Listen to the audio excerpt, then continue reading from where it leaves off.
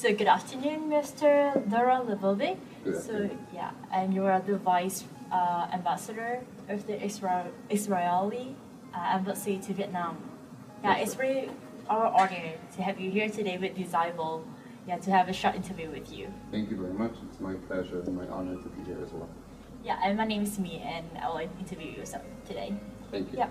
So coming from Israel as the startup nation, so which are the reasons you think that could make Israel become the nest of creativity?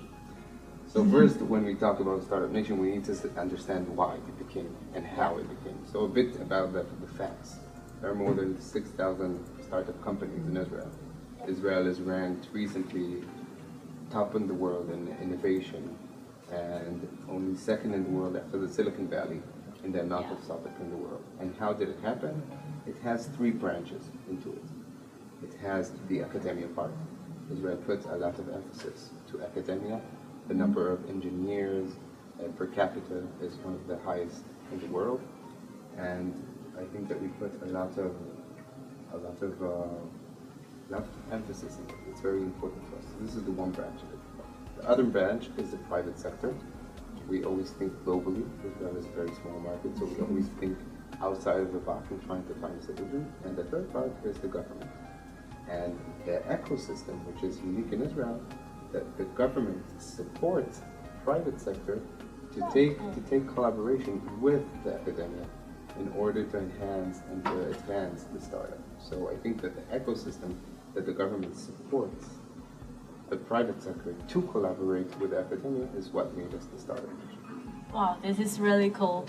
Yeah, and as far as I know that you have been here for around 6 months, right? That's right. So could you give me some of your impression about Vietnam in general, like in everything, especially in like economic or even like entrepreneurship? I think that if we're talking about the similarities between the two countries, I was here as a traveler 6 years ago, and I think that one time I went to Hang Lake, and people over there, kids started to ask me questions in order, to try and learn English.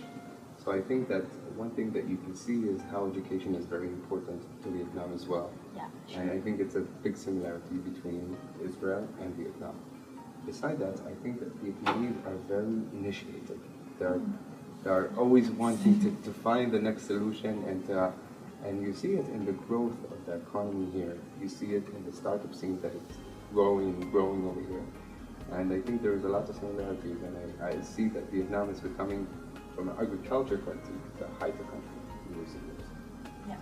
So, and how about the differences? There are a few differences, but I think that in terms of, there are differences because it's two different cultures. We're seeing two different parts of the world, and we had two different heritage, so it's different. But I think that in the education part, the things that I was talking about, I see more similarities in terms of characteristics than differences between the two countries. Yeah. And you know that like in recent years, actually like Vietnam's still a developing country, so like the number of startups and also like the quality of startup is also increasing. And actually DesignBold is also one of them. So do you think that we also have like chances to go globally, like with a Vietnamese startup like in general?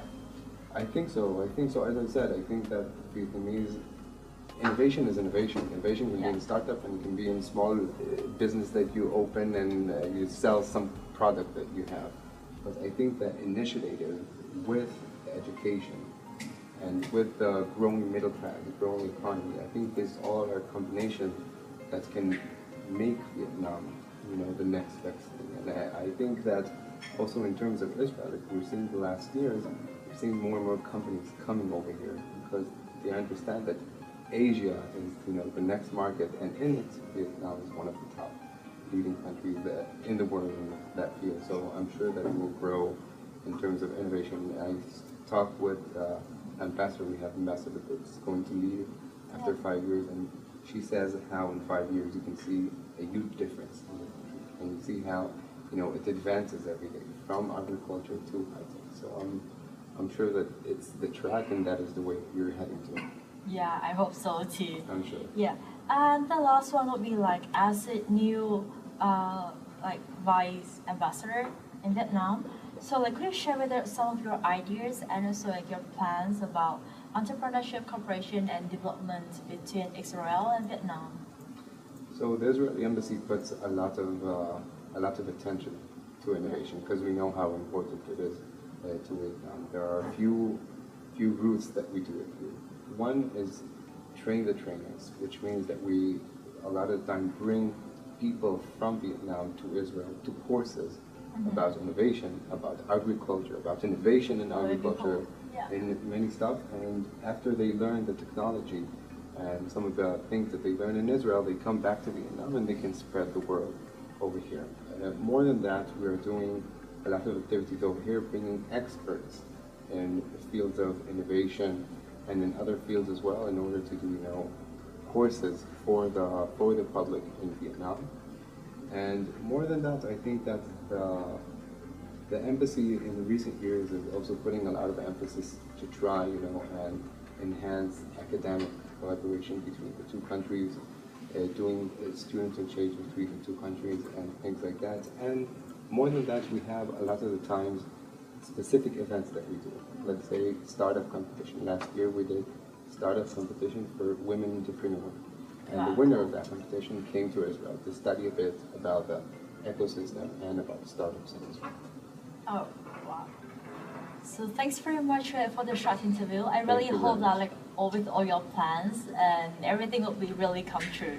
And we are here to support you whenever you need. Thank you very much. Thank you very much for this interview, and thanks everyone for watching.